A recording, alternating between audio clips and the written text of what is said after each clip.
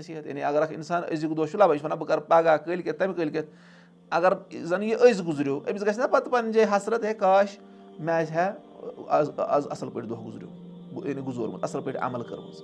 لیکِن اگر وۄنۍ پَگاہ دۄہ تہِ مِلیو تیٚلہِ چھُ پَگہُک دۄہ تہِ خٲر پَتہٕ کَرِ تَتھ منٛز بیٚیہِ کینٛہہ عمل. گوٚو یہِ چھُ أکِس اِنسانَس کَرُن. گوٚو اکھ اِنسان گوٚژھ یعنی ییٚتٮ۪ن آسہِ کھوژران کَمہِ نِش تصویٖف نِش اَمے پرٛوکیسٹِنیشن نِش. اگر کٲنٛسہِ یعنی خاص طور پر خٲرچہِ کامہِ چھَنہٕ پرٛوکیسٹِنیٹ کَرنہِ کینٛہہ. شَر گژھِ کَرُن پرٛوکیسٹِنیٹ کیٛازِ یعنی نفسَس سۭتۍ چھُ گِنٛدُن أکِس اِنسانَس. أمِس وَنہِ نفس فلٲنۍ چیٖز کَرو ووٚنُس پَتہٕ کَرو. یعنی کیٛاہ أمِس آسہِ نیت کہِ بہٕ کَرٕ پَتہٕ نہ یہِ آسہِ وَنان بہٕ کَرٕ ہن کُنہِ پٲٹھۍ یہِ نفس کیٛاہ بیٚہناوُن. اسلیے پرٛوکیسٹِنیشنٕے گژھِ پرٛوکیسٹِنیٹ کَرٕنۍ. یعنی اگر وَنو سوفا وَنُن گژھِ پَگاہ وَنو پَتہٕ سوفا وٕنکٮ۪س کَرو وقتَس پٮ۪ٹھ. اسلیے یہِ چھُ اَتٮ۪ن اَسہِ تَران. اور اَمہِ پَتہٕ چھُ اَسہِ 200 نمبر رِوایت فرماوان اخبرنا الحسن بن ابي بكر قال اخبرنا عبد الله بن اسماعيل الحاشمي قال حدثنا عبد الله بن محمد بن عبيد قال حدثني اسماعيل بن ابراهيم قال حدثنا صالح المري عن قتادة عن ابي الجلد انه قال قرأت في بعض الكتب. مےٚ ہسا چھُ پوٚرمُت بعض کِتابن منٛز ان سوف جُنٛد من جُنٛدِ ابلیٖس. سوفا ہسا چھُ ابلیٖس سٕنٛدیو لشکرو منٛز اکھ لشکر. یعنی ابلیٖس چھُ یِہوے سوفا اِستعمال کران اِنسانس خٕلاف. یہِ چھُنہٕ أمِس وۄنۍ أمِس یی وَننہٕ اِسلام کر قبوٗل یہِ وَنہِ پگاہ کرو. أمِس یی وَننہٕ حرام شراب تراو یہِ وَنہِ پگاہ تراو. أمِس یی وَننہٕ یُس یہِ حرام رِلیشنشِپس منٛز چھُکھ یہِ تراو یہِ وَنہِ پگاہ تراو یا کٲلکٮ۪تھ تراو. گریجویشن مۄکلہِ تراو کالیج مۄکلہِ تراو. یہِ چھُ ابلیٖس سٕنٛدیو ہتھیارو منٛز بوٚڑ ہتھیار. ابلیٖس سٕنٛدیو لشکرو منٛز بوٚڑ لشکر. اور یہِ چھِ پٔز کَتھ تہِ سمجھ. اسلیے یہِ چھُ اَتٮ۪ن اَسہِ تران فِکرِ. اور اَمہِ پتہٕ چھِ اَسہِ ٲخری رِوایت یَتھ منٛز 201 نمبر فرماوان اخبرنا محمد بن احمد بن رزق وعلي بن احمد بن عمر المقري قال یِمو دۄنوٕیو ووٚن اخبرنا جعفر بن محمد الخلدي قال حدثنا ابراهيم بن نصر المنصوري قال حدثني ابراهيم بن بشار قال حدثني يوسف بن اسباد انه قال كتب الي محمد بن سمرة إن العلماء لم يورثوا درهما ولا دينارا وإنما ورثوا العلم. السلام عليكم ورحمة الله وبركاته. الحمد لله رب العالمين والعاقبة للمتقين والصلاة والسلام على أشرف الأنبياء والمرسلين نبينا محمد وعلى آله وأصحابه أجمعين. یُس أسۍ وٕچھان چھِ اکھ رِسالہٕ اقتداء العلم العمل خطیٖب بغدادی رحمتہ اللہ علیہ تِہُنٛد رِسالہٕ چھُ یہِ. اور اَتھ منٛز ٲسۍ أسۍ وٕچھان پٔتمِس درسس منٛز یُس اَسہِ باب وٕچھان ٲسۍ بابوٗ یا بابُن اغتنام الشبیٖبتی والصحتی والفراغی کہِ باب چھُ یَتھ مُتعلق کہِ نوجوٲنی اور صحت اور فرٛی ٹایم غنیٖمت زانُن. والمبادرہ الی الاعمالی قبل حدوٗثی ما یقطع عنہا. اور عملن منٛز جلدی کَرٕنۍ اَمہِ برونٛٹھ کہِ سُہ چیٖز گژھِ واقع یُس اَتھ پوٚتُس أمِس اِنسانَس عملو نِش ژَٹہِ. اور یہِ ٲسۍ أسۍ وٕچھان اور أسۍ واتژٲے اَتھ منٛز 132 نمبر رِوایتَس تانۍ یَتھ منٛز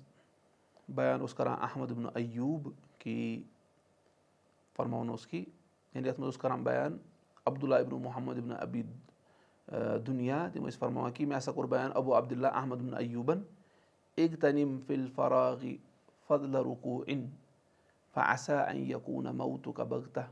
کہِ ژٕ زان سا غنیٖمت ییٚمہِ ساتہٕ ژٕ خٲلی آسکھ فرٛی وقت آسی ایکسٹرا رُکوٗ یعنی نفلی نماز پر. فعسى ان یکوٗنہ موتُک بغتہ کہِ قریٖب چھُ کہِ چون موت یی اچانک. کم صحیٖحن رأیتُ من غیر سُقمِن ذہبت نفسُہ الصحیحۃ فلتہ. اور کۭتیاہ وٕچھ مےٚ تِم یِم صحیح ٲسۍ صحت منٛد ٲسۍ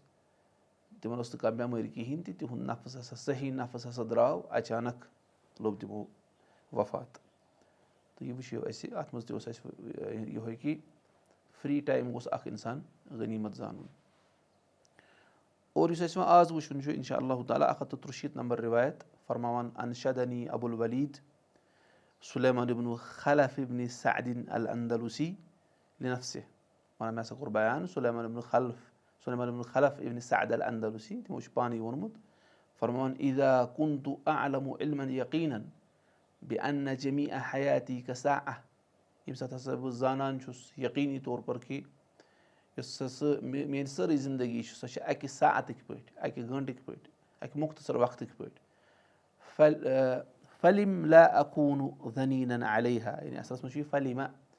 لیکن شعرُک وزن برابر تھاونہٕ خٲطرٕ فلم لا اکوٗنو ذنیٖنن علیہا و اجعلها فی صلاحٍ و طاعہ تیٚلہِ کیازِ بنہٕ نہٕ ییٚلہِ مےٚ پتہ چھِ کہِ یُس ہسا میٲنۍ زندگی چھِ یہِ اَکہِ ساعتٕکۍ پٲٹھۍ تیٚلہِ کیازِ بنہٕ نہٕ اَتھ مُتعلِق بہٕ کنجوٗس تیٚلہِ کیازِ بنہٕ نہٕ اَتھ مُتعلِق بہٕ بخیٖل یعنی بہٕ کیازِ کرٕ نہٕ اَتھ شِدت سان حِفاظت و اجعلها فی صلاحٍ و طاعہ اور تیٚلہِ کیازِ کرٕ نہٕ بہٕ یہِ سٲرٕے زندگی صرف رٕژرس منٛز اور اطاعتس منٛز یُس ییٚتٮ۪ن یہِ آمُت چھُ فلم لا اکوٗنو ذنیٖنن شیخ عبدالرزاق البدر صٲب فرمان عبر عن الحرص على الوقت بالبخل به لشدة المحافظة عليه اَتٮ۪ن ہسا کوٚر بیان کہِ وقتس حِفاظت کرنس فرمو یعنی أمۍ اَتٮ۪ن أمۍ عالمِ دیٖنن کہِ یہِ ہسا گوٚو بخیٖلی کرٕنۍ گوٚو اس لیے کیازِ أکِس انسانس چھُ یِتھ پٲٹھۍ بخیٖل چھُ پننِس مالس حِفاظت کران سُہ چھُنہٕ خرچاوٲنی سُہ تِتھٕے پٲٹھۍ ونان یُس رُت نفر آسہِ ییٚمِس پننہِ وقتٕچ اہمیت پتہ آسہِ سُہ چھُ پننِس وقتس مُتعلِق زبردست بخیٖل آسان سُہ چھُنہٕ سُہ ضایہِ دِوان گژھنہٕ کہیٖنۍ تہِ گوٚو یِہوے چھِ اتھ منٛز نصیٖحت کہِ أسۍ گژھو پنُن وقت رٕژرس منٛز اور اطاعتس منٛز لاگٕنۍ اور امہِ پتہٕ چھِ أسۍ وٕچھان کہِ 134 نمبر فرماوان خطیب بغدادی صٲب حدثنا علی بن احمد الرزاز قال سمعت جعفرا الخلدی یقول سمعت الجنید یقول سمعت السری السقطی یقول ونان کہِ سری السقطی رحمتہ اللہ علیہ تِم ٲسۍ فرماوان کُلُّ یومٍ قد مضى لا تجدہ فاذا كنت به فامتجدہ فرماوان اوس کہِ ہر کانٛہہ دۄہ یُس گُزریو لا تجدہ اصلس منٛز چھُ یہِ لا تجدہ لیکن شعرُک وزن برابر تھاونہٕ خٲطرٕ تجدہ یُس تہِ دۄہ گُزریو سُہ لبکھ نہٕ ژٕ کہیٖنۍ تہِ پوٚتُس فاذا كنت به بس ییٚمہِ ساتہٕ یتھ دۄہس منٛز ژٕ آسکھ فامتجدہ تتھ کر زبردست تعظیٖم مطلب شیخ عبدالرزاق البدر صٲب فرماوان یعنی استغل اليوم الذي انت فيه لانه ان ذهب لا يعود کہِ سُہ دۄہ زن غنیٖمت تتھ تُل فٲیدٕ یتھ منٛز ژٕ آسکھ کیازِ کہِ یِتھُے سُہ دۄہ نیری سُہ یی نہٕ پتہٕ واپس کہیٖنۍ تہِ گوٚو اتھ منٛز تہِ چھِ سانہِ خٲطرٕ یِہے نصیٖحت کہِ اکھ انسان گوٚژھ بنُن ابن الوقت انشاء اللہ سُہ یی اَسہِ برونٛٹھ کُن تہِ کہِ اکھ انسان گوٚژھ یۄس یتھ دۄہس خٲطرٕ کٲم چھِ سۄ کرٕنۍ آزٕ پگہس مُتعلِق نہٕ سونٛچُن کینٛہہ پاسٹس مُتعلِق نہٕ سونٛچُن تٔتھۍ منٛز نہٕ پنٕنۍ زندگی گُزارٕنۍ کینٛہہ بٔلکہِ کیازِ کہِ اگر أزیُک دۄہ یِتھٕے پٲٹھۍ تروو یہِ بنہِ أمۍ سُنٛد ماضی پتہٕ یتھ پٮ۪ٹھ بیٚیہِ یہِ پشتاو کرِ گوٚو اتھ منٛز تہِ چھِ سانہِ خٲطرٕ یِہے نصیٖحت کہِ پہل کرٕنۍ نیک کامٮ۪ن منٛز امہِ پتہٕ چھُ 165 نمبر رِوایت فرماوان قرأت فی نسخة الکتاب الذی ذکر لنا ابو سعید محمد بن موسیٰ السیرفی ونان مےٚ ہسا پوٚر تمہِ کِتابہِ ہِنٛدِس نُسخس منٛز یُس اَسہِ ذِکر کوٚر ابو سعید محمد بن موسیٰ السیرفی انہ سمعہ من ابی العباس محمد بن یعقوب الاسم کہِ تٔمۍ اوس اَسہِ ووٚنمُت کہِ مےٚ ہسا بوٗزمٕژ چھِ یہِ کِتاب کٔمِس نِش محمد بن یعقوب الاسمس نِش و ذہب اصلہ به لیکن یُس تمیُک اصلی نُسخہٕ اوس سُہ ہسا روو پوٚتُس ثم اخبرنی اور امہِ پتہٕ ہسا دِژ مےٚ خبر العتیقی عتیقین دِژ مےٚ خبر قراءتن یعنی مےٚ پوٚر تٔمِس نِش قال اخبرنا عثمان بن محمد المخرمی قال اخبرنی الاسم ان العباس بن محمد الدوری حدثهم کہِ محمد بن عباس بن محمد الدوری ہسا ووٚن تِمن حدثنا علی بن الحسن بن شقیق قال انبأ عبد الله بن المبارک عن سعید بن سالم وليس بالقداح قال یعنی سعید بن سالم ہسا چھُ بیان کران کیاہ ونان چھُ ونان نزل روح ابن زمباح منزلن ونان روح ابن زمباح اوس اکھ شخص أمۍ ہسا ترٛوو أکِس جایہِ پڑاو بین مکہ والمدینہ مکہس اور مدینہس درمیان فی یومٍ صائف واریاہ زیادٕ تاپُک دۄہ اوس اَمہِ ساتہٕ گرم دۄہ اوس وقرب غداءہ أمۍ اوٚن پنُن کھٮ۪ن پانس قریٖب فانحط راع من جبل فقال ونان پہاڑ پٮ۪ٹھ آو اکھ جب رچھن وول ووٚتھ اورٕ سُہ آسہِ ہا جب پنُن رچھان أمۍ روح ابن زمباہن ووٚن أمِس یا راعی حلم الى الغدا اے راعی اے جب رچھن والہِ ولہٕ أسۍ کھٮ۪مو یہِ کھٮ۪ن کھٮ۪مو قال انی صائم أمۍ ووٚننس أمۍ راعین جب رچھن وٲلۍ بہٕ چھُس روزدر قال روح اوا تصوم فی هذا الحر الشدید کیٛاہ ژٕ چھُکھ یَتھ شدیٖد گرمی منٛز تہِ روزٕ تھاوان؟ قال فقال الراعی وَنان ییٚمہِ جب رچھَن وول ووٚنُس واپس افا ادعُ ایامی تذهب باطلا، کیٛاہ بہٕ ترٛاوکھٕ پَنٕنۍ دۄہ یِتھٕے پٲٹھۍ باطل گژھن تِم، کُنہِ فٲیدٕ روٚستُے ترٛاوکھٕ تِم بہٕ؟ فانشا روحُن یقوٗل، ییٚلہِ وۄنۍ روح ابن ذمباہن بوٗز یہِ تٔمۍ ووٚن لقد ظننت بایامِک یا راعی اذ جاد بها روح ابن ذمبائی، ووٚننَس اے جب رچھن والہِ ژٕ چھُکھ پننٮ۪ن یِمن دۄہن پننہِ زندگی چھُکھ ژٕ زبردست حِفاظت کران، ژٕ چھُکھ اتھ مُتعلِق زبردست کنجوٗس، ژٕ چھُکھ نہٕ اتھ ضایہِ دِوان گژھنہٕ کِہینۍ. ییٚمہِ ساتہٕ زن کہِ روح ابن ذمبا یعنی پانس مُتعلِق ووٚنُن کہِ روح ابن ذمبا چھُ اتھ منٛز سخاوت کران یعنی وقتس منٛز، یعنی مطلب سُہ چھُ وقت پنُن ضایہِ ژھٕنان کٔرِتھ. گوٚو أمِس گٔے پنٕنہِ جایہِ احساس کہِ یعنی وقت نسا چھُنہٕ ضایہِ کرُن کِہینۍ تہِ. یُس یہِ جب رچھن وول اوس أمِس اوس مقصد توٚرمُت فِکرِ بہٕ کمہِ مقصد خٲطرٕ چھُس آمُت پٲدٕ کرنہٕ. أمۍ ووٚن بِلکُل کہِ بہٕ دِمے تیٚلہِ دۄہس یِتھٕے پٲٹھۍ گژھنہٕ، بہٕ ہسا چھُس آز تہِ یتھ تٔتِس دۄہس منٛز تہِ روزدر. گوٚو یتھ منٛز چھِ سانہِ خٲطرٕ تہِ نصیحت، أسۍ گژھو نہٕ وقتہٕ کِس بارس منٛز یہِ حظ یہِ بنٕنۍ سخی کینٛہہ، وقت خرچاوو یِتھٕے پٲٹھۍ فضوٗلیاتن منٛز، بلکہِ وقتہٕ کِس بارس منٛز گوٚژھ اکھ اِنسان شدیٖد حِفاظت کرن وول بنُن. یتھ أسۍ یعنی یتھ خٲطرٕ یِمو لفظ ذٔنیٖن کوٚر اِستعمال، اِنتہٲیی زیادٕ بخیٖل گوٚژھ یہِ وقتہٕ کِس بارس منٛز بنُن، یہِ گوٚژھ صرف سُہ خٲرسٕے خٲرس منٛز خرچاوُن. اللہ تعالیٰ دِیِن اَسہِ پننِس وقتس حِفاظت کرنُک توفیٖق. آمیٖن یا رب العالمیٖن. اَمہِ پتہٕ چھِ 136 نمبر رِوایت فرماوان اخبرنا الحسن بن ابی بکر قال اخبرنا ابو جعفر عبد الله بن اسماعیل بن ابراہیم الحاشمی قال حدثنا عبد الله بن محمد بن عبید القرشی قال حدثني بعض اهل العلم. وَنان مےٚ ہسا کوٚر بعض اہلِ علمو بیان. کیٛاہ فرمووُکھ؟ دعا قوم رجلا الى طعام في يوم قاعد شديد حره، کہِ أکۍ جماعتن أکۍ لُکن ہٕنٛدۍ أکۍ جماعتن بُلو اکھ شخص کھٮ۪نس کُن أکِس شدیٖد گرمی وٲلِس دۄہس منٛز. فقال انی صائم، تٔمۍ ووٚنُکھ بہٕ چھُس روزدر. فقالوا افی مثل هذا اليوم، تٔمۍ ووٚنُس ہے یِتھِس ہِوِس دۄہس منٛز چھُکھ ژٕ روزدر؟ قال افا اغبن ایامی اذن، تیٚلہِ ژھٕنہ بہٕ پننٮ۪ن دۄہن نۄقصان کٔرِتھ، پننہِ زندگی ژھٕنہ بہٕ تیٚلہِ نۄقصانس منٛز کٔرِتھ اگر نہٕ بہٕ روزدر روزٕ. گوٚو اتھ منٛز تہِ چھِ اَسہِ برابر یِہے نصیحت مِلان کہِ یِم ٲسۍ پننِس وقتس حِفاظت کرن وٲلۍ، یِم ٲسۍ سُہ رٕژرس منٛز خرچاوان.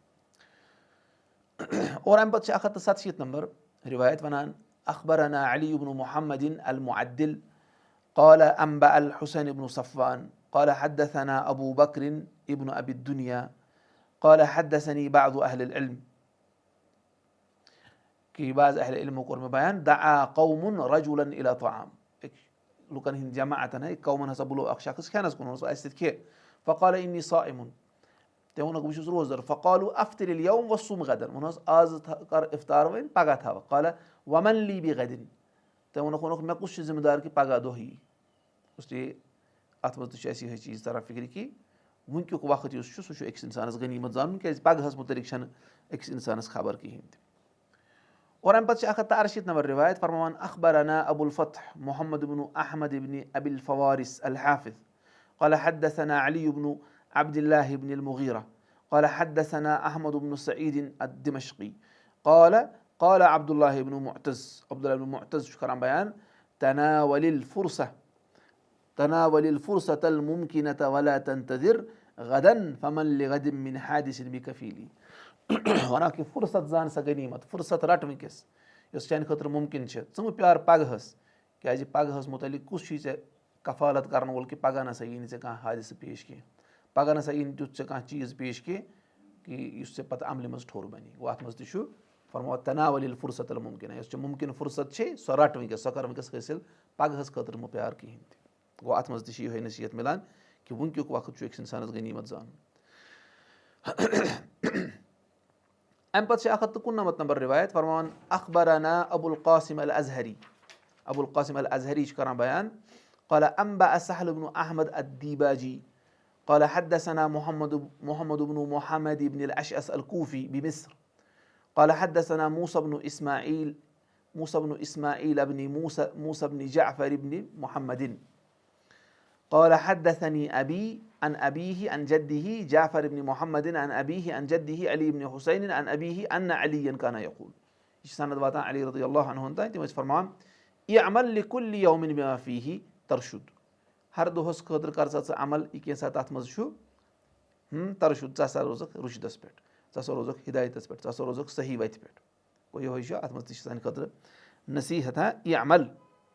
ژٕ کر عمل ہر دۄہَس خٲطرٕ یہِ کیٛاہ سا تَتھ منٛز چھُ تَتھ دۄہَس منٛز ژٕ مہٕ پیار پگہہ کِس خٲطرٕ کینٛہہ. شیخ عبدالرزاق البدر صٲب چھُ اَتھ مُتعلِق وَنان سبیٖل الرشاد کہِ یعنی رُشدٕچ وَتھ ہِدایتٕچ وَتھ رٕژرٕچ وَتھ ہسا چھِ کہِ ان تقوٗنا اِبنہ یومِک ژٕ گوٚژھُکھ أزکہِ دۄہ وول بَنُن حزمن و عملن یعنی ژٕ گوٚژھُکھ سیٖریَس آسُن بَڑٕ پرٛوٗڈنٛٹ آسُن اور عملہِ اعتبار فل ایامُ ثلاثہ کیٛازِ دۄہ چھِ آسان 3 قٕسمَن ہِنٛدۍ یومُن مدا لا یرجع اکھ دۄہ گوٚو سُہ یُس گُزریو سُہ یی نہٕ واپس کینٛہہ وۄنۍ یومُن یستقبلُ لا یُدمنُ مجیٖعُہ اور دوٚیِم چھُ یُس مُستقبلُک دۄہ چھُ یَتھ مُتعلِق نہٕ زمانت چھِ کینٛہہ کہِ سُہ ییٖیا واپس کِنہٕ کِہینۍ تہِ سُہ چھِ پَیی سُہ یعنی مُستقبلُک دۄہ سُہ چھَنہٕ پَیی ژٕ وٕچھکھا مُستقبل کِنہٕ کِہینۍ وۄنۍ یومُن حاضِرُن اور 3یِم دۄہ گوٚو یُس یَتھ دۄہَس منٛز ژٕ زندگی گُزاران چھُکھ فمن وفاہُ حقہُ مِن العمل فہُوَ ابنُ یومہِ یُس أزکِس دۄہَس پنٛنہِ عملہِ ہُنٛد حق پوٗرٕ پوٗرٕ دِیہِ سُے چھُ پٔزۍ پٲٹھۍ پنٛنہِ دۄہُک نیٚچوٗ یعنی سُہ چھُ أزکہِ دۄہ وول سُہ چھُ اَتھ خیال تھاوان گوٚو یِہوے چھُ کامیاب شخص گوٚو تی آو ییٚتٮ۪ن تہِ وَننہٕ اعمل لِکُلِّ یومِن بِما فیٖہِ ترشُد ہر دۄہ کر ژٕ عمل تی کینٛژھا تَتھ منٛز چھی ژےٚ عمل کَرٕنۍ ژٕ لَبکھ رُشُد ژٕ روزکھ ہِدایتَس پٮ۪ٹھ. اَمہِ پَتہٕ چھِ 199 نمبر رِوایت فرماوان اخبرنا الحسن بن ابی بکر قال انبأ محمد بن محمد بن احمد بن مالك الاسكافي قال حدثنا ابو الاحوص محمد بن الهيثم القاضي قال حدثنا محمد بن كثير عن مخلد بن حسين عن هشام انه قال كانت حفصة بنت سيرين تقول حفصة بنت سيرين ٲس فرماوان یہِ ٲس وَنان یا معشر الشباب اعملوا اے نوجوانو عمل کٔرِو فانما العمل في الشباب کیٛازِ عمل چھِ حقیٖقتَس منٛز کَتھ منٛز نوجوٲنی منٛز کیٛازِ نوجوٲنی منٛز ہیٚکہِ اکھ اِنسان سُہ عمل کٔرِتھ یۄس نہٕ یہِ پَتہٕ ہیٚکہِ برونٛٹھ کُن کٔرِتھ کِہینۍ تہِ یۄس نہٕ یہِ بُزرگی منٛز ہیٚکہِ کٔرِتھ کِہینۍ یۄس نہٕ یہِ بَچپَنَس منٛز ہیٚکہِ ہا کٔرِتھ کِہینۍ تہِ گوٚو یِہوے فرمووُکھ انما العمل في الشباب حقیٖقتن چھِ عمل کران اکھ اِنسان نوجوانَس منٛز نوجوٲنی منٛز کیٛازِ أمِس چھِ شہوات تہِ آسان ییٚلہِ شہواتن پٮ۪ٹھ قابوٗ لٔبِتھ عمل چھُ کران أمِس دی اللہ تعالیٰ پگاہ تِمن 7 شخصن منٛز جاے یِمن عرشہِ کِس سایَس تل آسہِ پگاہ قیامتُک دۄہ جاے. شیخ عبدالرزاق البدر صٲب چھُ کران ذِکر وَنان یا حریٖصُ السلف علی مرحلۃ الشباب بالنصیحہ سلف ہسا ٲسۍ حریٖص آسان نوجوٲنی ہِنٛدِس اَتھ مرحلس نصیحت کرنہٕ خٲطرٕ لِأنہا مرحلۃ القوۃ وقتِمل الحواس کیٛازِ یہِ چھُ قوتُک مرحل اور ہوشو حواس کامِل گژھنُک مرحل. وَنان مےٚ ہسا چھِ اَتھ مُتعلِق کینٛہہ ؤصیت تہِ جمع کَرِمَژ مِن وصایا السلف لِلشباب تہٕ سُہ چھُ معروٗف رِسال شیخ عبدالرزاق البدر صٲبُن. اَمہِ پتہٕ چھِ 191 نمبر رِوایت فرماوان اخبرنی علی بن محمد بن عبد الله المقری الحذا قال اخبرنی محمد بن عبد الله بن محمد بن اسماعیل البزاز قال حدثنا محمد بن احمد بن هارون الفقيه قال حدثني ابراهيم بن عبد الله بن الجنيد قال حدثني محمد بن الحسين قال حدثنا عبيد الله بن محمد بن حفص القرشي عن أبيه أنه قال كتب رجل من الحكماء إلى أخ له شاب کہِ أکۍ دانا نفرن ہسا لیوٚکھ پننِس بٲیِس نوجوان بٲیِس ووٚنُس اما بعد خبر یعنی اَمہِ پتہٕ یعنی گۄڈٕ اوسُن خُطبہٕ کوٚرمُت بیان اور باقٕے ووٚنُس اَمہِ پتہٕ چھُسے بہٕ وَنان یہِ کَتھ فإني رأيت أكثر من يموت الشباب مےٚ ہسا وٕچھمٕتۍ چھِ اکثر یِم مران تِم چھِ نوجوان وآية ذلك أن الشيوخ قليل اَمِچ نِشٲنی چھِ یہِ کہِ بُزرگ چھِ کمٕے گوٚو بُزرگی ہِنٛدۍ وٲنٛسہِ تانۍ چھِ کمٕے واتان گوٚو نوجوانٕے چھِ مران اکھ اِنسان گوٚژھ نہٕ دھوکہٕ کھیوٚن کینٛہہ بہٕ چھُس وُنہِ لۄکُٹ بہٕ مَرٕ نہٕ کِہینۍ بٔلکہِ نوجوٲنی منٛز چھِ زیادٕ عمل کرٕنۍ أکِس اِنسانَس. اور اَمہِ پتہٕ چھِ 192 رِوایت وقال ابراهيم حدثنا احمد بن عبد الله بن يونس قال سمعت ابا بكر بن عياش يذكر عن اجله قال الضحاك بن مزاحم اعمل قبل الا تستطيع ان تعمل ضحاك بن مزاحم اوس وَنان عمل کر اَمہِ برونٛٹھ کہِ پتہٕ ییٚلہِ نہٕ ژٕ ہٮ۪ککھ نہٕ ژٕ عمل کٔرِتھ کِہینۍ فانا ابغي ان اعمل اليوم فلا استطيع کیٛازِ آز چھُس بہٕ یہِ وَنان پانس مُتعلِق بہٕ چھُس یژھان آز عمل کرہا بہٕ لیکِن استطاعتس چھَم نہٕ کِہینۍ ییٚلہِ کمزوٗری چھِ پتہٕ أکِس اِنسانَس یِوان أڑۍ چھِ گژھان کمزور صحت نہٕ روزان ٹھیٖک کِہینۍ مشغوٗلیت لگان گوٚو تی چھُ وَنان تَمہِ ساتہٕ کر عمل اَمہِ برونٛٹھ کر عمل کہِ پتہٕ آسی نہٕ ژےٚ عملہِ ہٕنٛز استطاعت کِہینۍ تہِ گوٚو اَسہِ پزِ یہِ نوجوٲنی ہُنٛد وقت غنیٖمت زانُن یَتھ منٛز زیادٕ عملہٕ کرنہِ. اَمہِ پتہٕ چھِ 193 نمبر رِوایت وَنان اخبرنا ابو عبد الله الحسين بن الحسن بن احمد بن محمد الجواليقي قال حدثنا جعفر الخلدي قال حدثنا احمد يعني ابن محمد بن مسروق قال حدثنا محمد بن الحسين قال حدثنا محمد بن اشكاب الصفار قال حدثني رجل من اهله يعني اهل داوود الطائي وَنان مےٚ ہسا دِژ خبر داوود الطائي یُس اوسمُت چھُ تٔمۍ سٕنٛدیو گرِکیو منٛز دِژ مےٚ أکۍ شخصن خبر وَنان قُلتُ لہوٗ وَنان مےٚ ووٚن داوود الطائیَس یا ابا سلیمان قد عرفت الرحم بیننا و بینک، اے ابوٗ سلیمان تُہۍ حظ چھِو زانان اَسہِ چھُ پانہٕ ؤنۍ رِشتہٕ رحمی رِشتہٕ، فاوصنی دَپ حظ مےٚ کٔرِو ؤصیت کانٛہہ. قال فدمعت عیناہُ، وَنان تٔمۍ سٕنٛدیو چٔشمو منٛز ژوٚل اوٚش نیٖرِتھ. ثم قال، فرمووُکھ یا اخی، اے میانہِ بایی، انما اللیل والنہار مراحل، کہِ دۄہ تہٕ راتھ یِم چھِ تِم چھِ کیٛاہ مراحل، تِم چھِ مرحل. یعنی یِتھ پٲٹھۍ سفرس منٛز اکھ اِنسان مرحل طے چھُ کران، مایل سٹونز آسان چھِ، وۄنۍ ووتُس بہٕ یور وۄنۍ ووتُس بہٕ یور، تِتھٕے پٲٹھۍ چھِ دۄہ تہٕ راتھ مراحل. ینزِلُ الناسُ مرحلة مرحلہ، لُکھ چھِ پڑاو تراوان ہر مرحلس پٮ۪ٹھ، ٹھیک چھا، مرحل مرحل چھِ یِم زندگی طے کران. شیخ عبدالرزاق البدر صٲب وَنان اَتھ کیازِ آو وَننہٕ دۄہس مرحلہٕ، کیازِ کہِ دۄہ گُزرنس سۭتۍ چھُ اکھ اِنسان پننہِ زندگی ہِنٛدِس ٲخرس کُن واتان. یِتھ پٲٹھۍ مُسافِر پننِس سفرٕ کِس ٲخرس کُن واتان چھُ مرحل طے کٔرِتھ. گوٚو تی فرمووُس اے میانہِ بایی، راتھ تہٕ دۄہ چھِ یہِ مراحل یتھ پٮ۪ٹھ لُکھ پڑاو تراوان چھِ اکہِ اکہِ مرحلہٕ. حتیٰ ینتہی ذلک الی آخری سفرہم، حتیٰ کہِ یہِ چھُ پتہٕ گژھان اینڈ کتٮ۪ن، تِہنٛدِس سفرٕ کِس ٲخرس پٮ۪ٹھ. فإن استطعت أن تقدم في كل يوم مرحلة زادا لما بين يديها فافعل. اگر ژےٚ استطاعت چھے ژٕ تھاوکھ ہر دۄہ یُس ژےٚ یہِ مرحل چھُے آسان اتھ منٛز کرکھ ژٕ زادِ رش جمع، یُس ژٕ گۄڈے سوزکھ برونٛٹھ تیٚلہِ کر یہِ. کیازِ فإن انقطاع السفر عن قریب ما هو، کیازِ سفرُک انقطاع ہسا چھُے قریٖب، یہِ ہیٚکہِ کُنہِ تہِ وِزِ یہِ سفر ختم گٔژھِتھ. والامر اعجل من ذلك، اور معاملہٕ چھُ امہِ کھۄتہٕ زیادٕ تیز. یہِ ژےٚ پننہِ جایہِ اُمید تھٲوٕکھ بہٕ مرٕ فلٲنۍ دۄہس پٮ۪ٹھ فِستٲنۍ دۄہس پٮ۪ٹھ، معاملہٕ چھُ امہِ کھۄتہٕ زیادٕ تیز. فتزود لسفرک، پننِس سفرس خٲطرٕ کر زادِ رش جمع. وقض ما انت قاضٍ من امرک، یہِ ژےٚ کرُن چھُے معاملاتو منٛز پننیو منٛز سُہ مۄکلاو جلدی. فکأنک بالامر قد بغتک، زن تہِ چھُ معاملہٕ یہِ کہِ ژےٚ آیہِ اچانک چھُے ژےٚ کانٛہہ معاملہٕ پیش آمُت، موت ہیوٚتنَے ژےٚ یُن. وما اعلم احدا اشد تضيعا مني لذلك، پتہٕ ووٚننس لیکن مےٚ چھُ باسان بہٕ چھُسن نہٕ زانان پننہِ کھۄتہٕ یہِ نصیحت ضایع کرن وول کٕہٕنۍ، بہٕ ہسا چھُس وقت ساروی کھۄتہٕ ضایع کران، پانس مُتعلق وَنان. ثم قام وتركني، وَنان امہِ پتہٕ درٛاو داوٗد الطایی، بہٕ ترٛوونس أتھی. آ سمجھ گوٚو، یِمن اوس پننہِ جایہِ یِم ٲسۍ نصیحت تہِ کران، لیکن یِمن اوس پننہِ جایہِ احساس گژھان خبر أسۍ چھا اتھ نصیحتس پٮ۪ٹھ عمل کران کِنہٕ کِہینۍ. اتھ منٛز چھِ سانہِ خٲطرٕ نصیحت کہِ ہر دۄہ چھُ أکِس اِنسانس پننِس ٲخرت کِس منزِلس خٲطرٕ زادِ رش جمع کرُن، نتہٕ پشتاوِ یہِ. ییٚمہِ ساتہٕ سٲری پنُن فصل آسن لونان، أمۍ آسہِ نہٕ وومُتٕے کینٛہہ، یہِ پشتاوِ پوٚتُس، لیکن تمہِ ساتہٕ آسہِ فصل وونُک موقعہٕ آسہِ نہٕ تمہِ ساتہٕ کِہینۍ. اور موت ہیٚکہِ کُنہِ تہِ وِزِ أکِس اِنسانس یِتھ. اللہ تعالیٰ کٔرِنۍ اَسہِ برکت واجنہِ عمر عطا، آمیٖن یا رب العالمیٖن. اچھا، امہِ پتہٕ چھِ اَسہِ 194 نمبر رِوایت فرماوان اخبرنا الحسن بن ابي بكر قال انبأ عثمان بن احمد الدقاق قال حدثنا اسحاق بن ابراهيم بن سنين قال انشدني عمر بن محمد بن احمد. عمر بن محمد بن احمدن ہسا کوٚر مےٚ بیان، انت في غفلة العمل لست تدري متى انت في غفلة العمل لست تدري متى الاجل. ژٕ ہسا چھُکھ اُمیدن ہِنٛدِس غفلتس منٛز، زیچھن اُمیدن ہِنٛدِس غفلتس منٛز، ژےٚ چھے نہٕ پیی کہِ موت کر یی. لا تغرنك صحة فهي من اوجع العلل، یہِ نہٕ صحت پنُن دھوکس منٛز ترٛاوی، کیازِ یہِ چھے ساروی کھۄتہٕ بٮ۪ماریو منٛز ساروی کھۄتہٕ دگ تُلن وٲلۍ بٮ۪مارِ، کیازِ صحت چھُ أمِس دھوکس منٛز ترٛاوان، پتہٕ چھُ أمِس پشتاو گژھان. كل نفس ليومها صبحة تقطع العمل.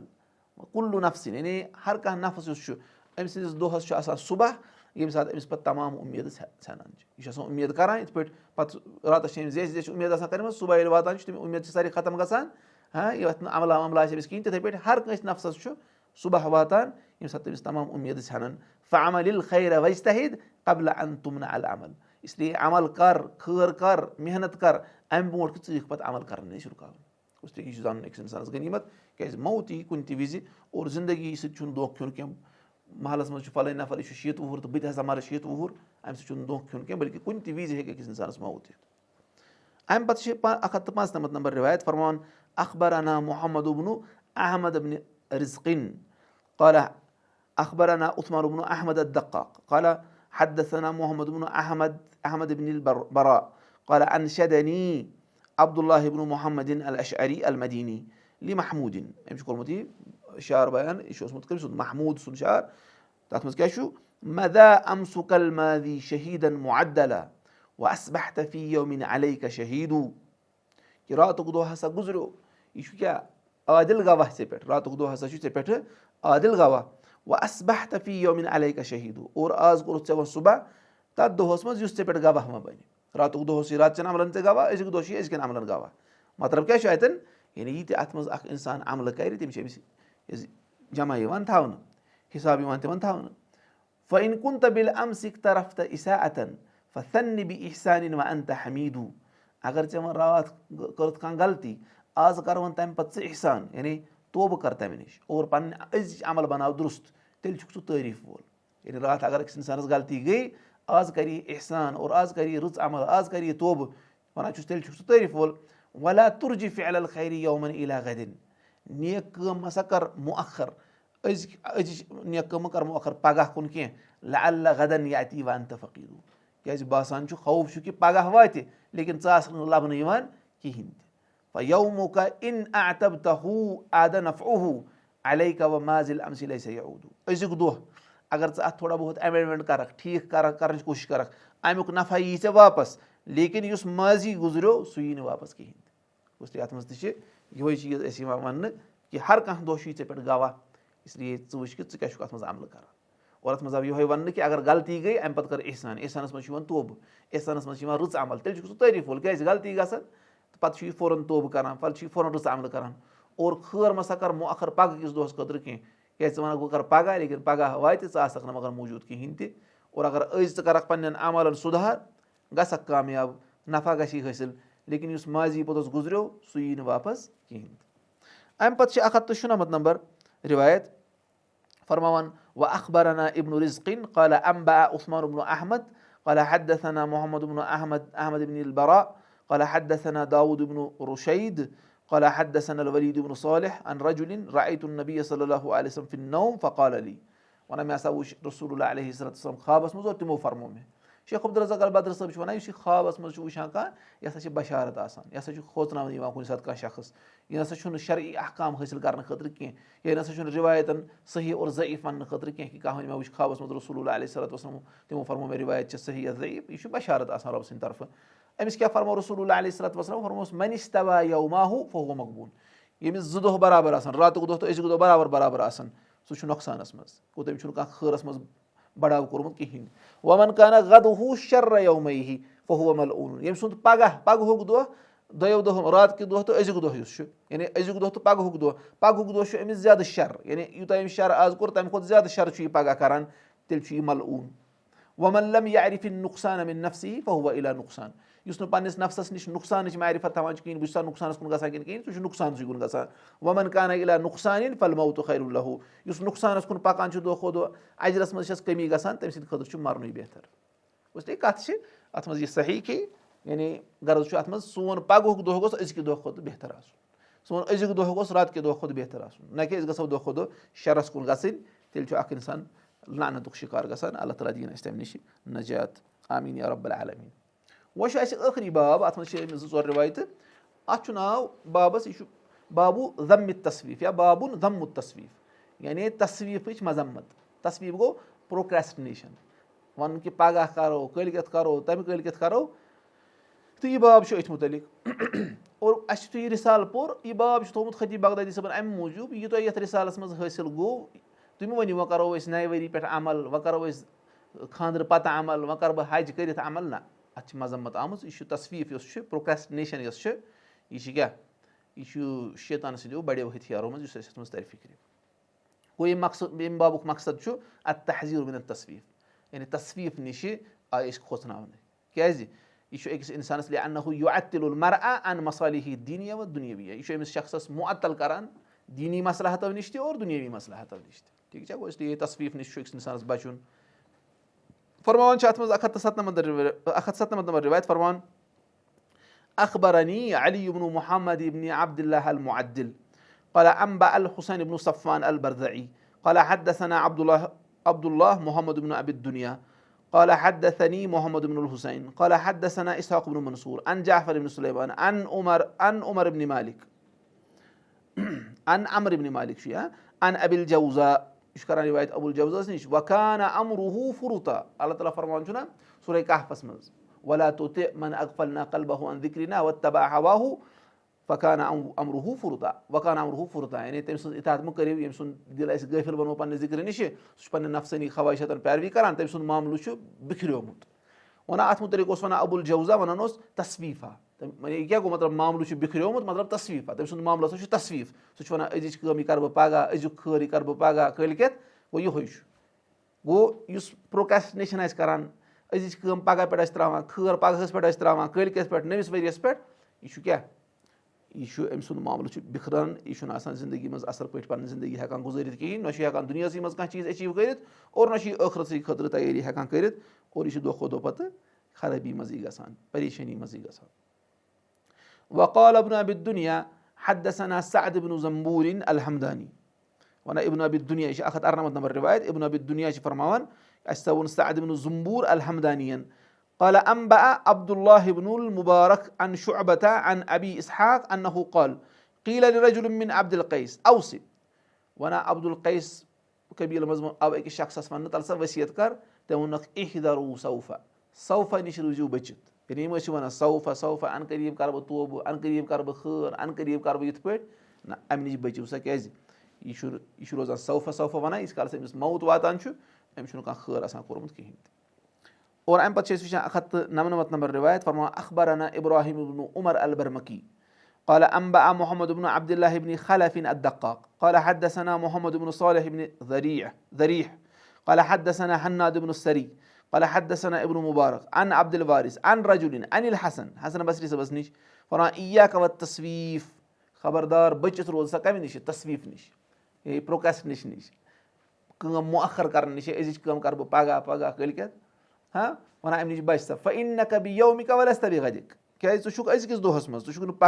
پگہہ کِس دۄہس سۭتۍ چھُکھ نہٕ ژٕ کینٛہہ چٲنۍ زندگی چھِ أزیُک دۄہ لست بغدك یعنی مطلب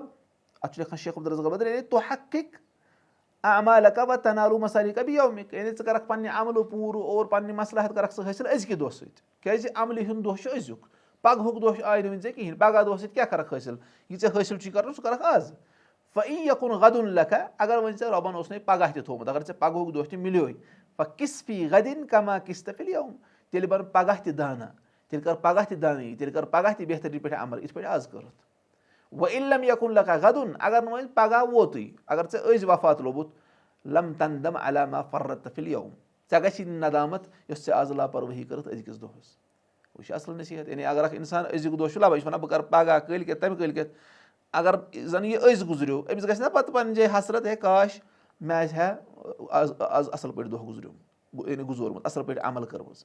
لیکِن اگر وۄنۍ پگہہ دۄہ تہِ مِلیو تیٚلہِ چھُ پگہُک دۄہ تہِ خٲر پتہٕ کرِ تَتھ منٛز بیٚیہِ کینٛہہ عمل. گوٚو یہِ چھُ أکِس اِنسانَس کَرُن گوٚو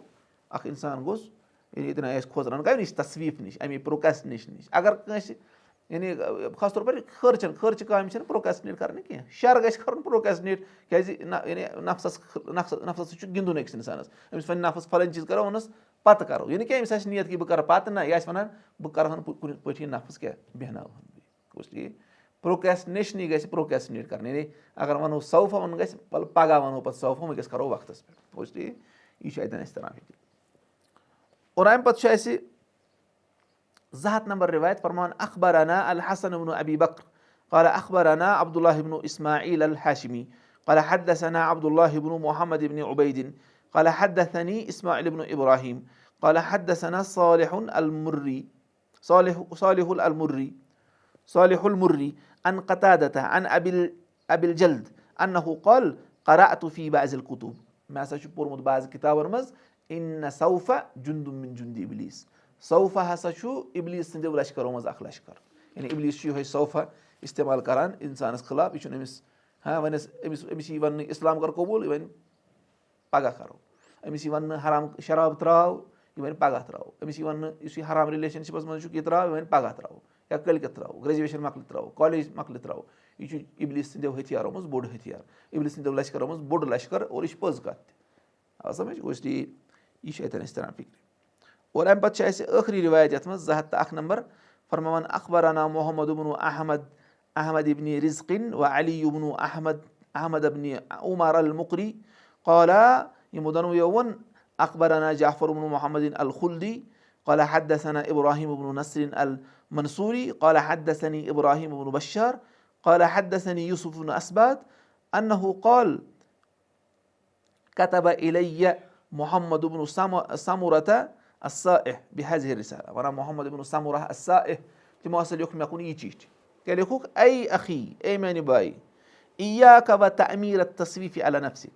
خبردار روز یہِ نہٕ تصویٖفس پننِس نفسس پٮ۪ٹھ یعنی دسترس دِکھ تصویٖف یعنی یہِ صوفہ صوفہ وَنُن پرٛوکیسٹِنیٹ کَرُن خٲرٕچ کٲم مُعخر کَرٕنۍ اَتھ چیٖزَس دیٖزِ نہٕ پنٛنِس نفسَس پٮ۪ٹھ بَنٲے زَن نہٕ یہِ أمیٖر کینٛہہ یہِ بَنٲے نہٕ پنٛنِس نفسَس پٮ۪ٹھ حاکِم کینٛہہ وَ اِمکانہ مِن قلبِک أمِس دیٖزِ نہٕ پنٛنِس دِلَس منٛز جاے کینٛہہ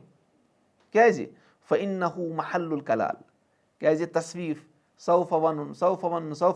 یہِ چھُ أکِس اِنسانَس تھٔکراوان أکِس اِنسانَس چھُ باسان اگر بہٕ وَنہٕ أزِچ کٲم کَرو پَگاہ وٕنۍکٮ۪س کَرٕ بہٕ آرام باسان چھُ اَتھ منٛز چھُ آرام لیکِن أمِس چھِ اِنتِہٲیی زیادٕ تھکاوٹ پوٚتُس أمِس چھُ ذہنی اعتبار تھکان کیٛازِ أمِس چھِ سارے کامہِ پَگاہ پٮ۪ٹھ روزان اور پَگاہ چھُ یہِ پَتہٕ تھکان گوٚژھ یہِ تَوَے یہِ چھِ زبردست کَتھ اَتٮ۪ن نہ باسان چھِ ہے اَمہِ سۭتۍ کَتہِ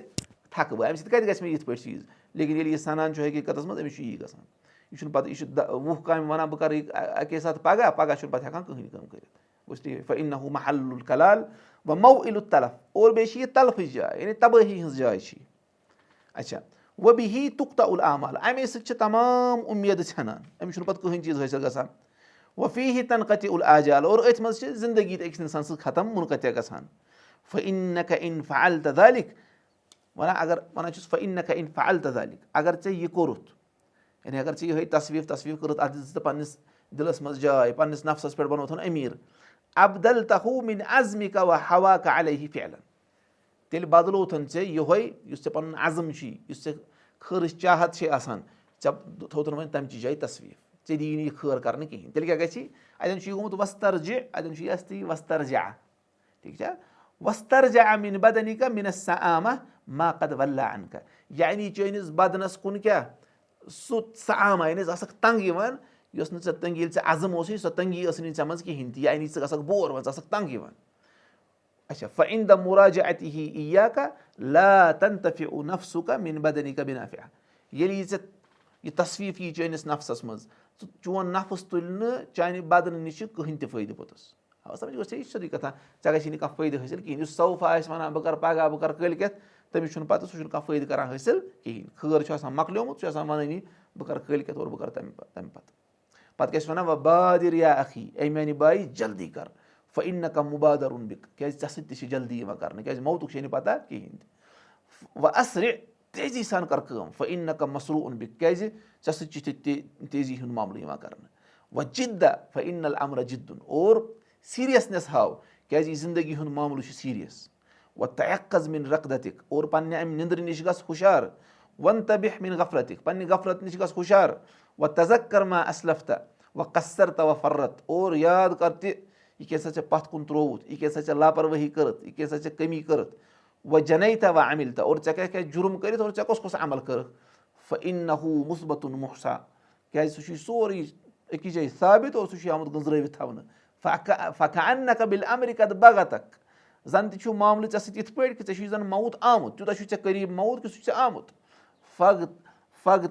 فغتبت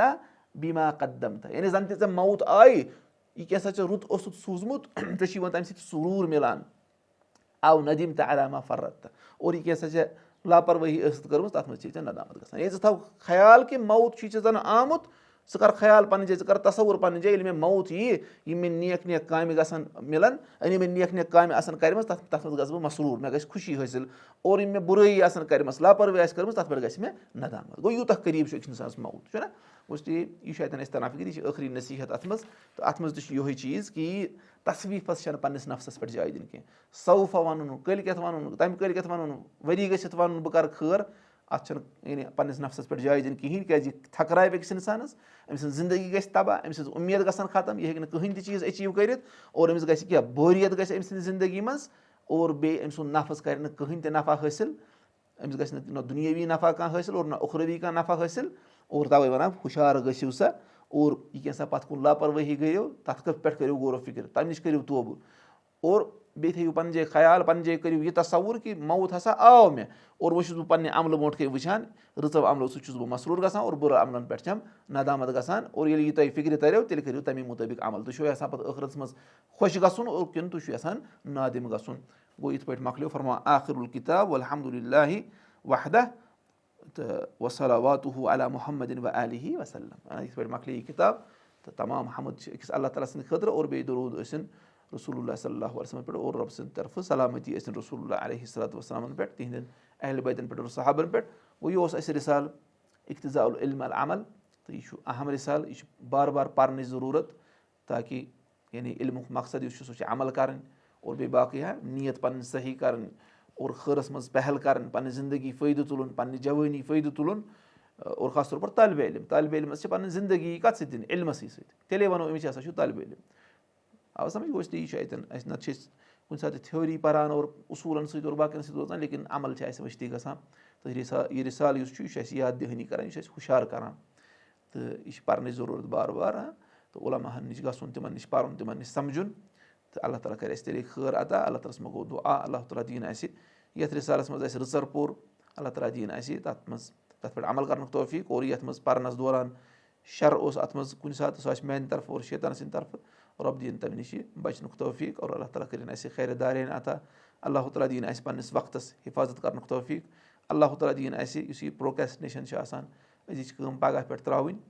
اَمہِ نِش دِیِن اَسہِ اللہ تعالیٰ تھٲیِن اَسہِ اَمہِ نِش محفوٗظ سٲنِس اہل عیالَس کٔرِنۍ اللہ تعالیٰ حِفاظت عطا اَسہِ کٔرِنۍ اللہ تعالیٰ برکت واجٮ۪ن عُمر عطا اَسہِ کٔرِنۍ اللہ تعالیٰ سعادت منٛد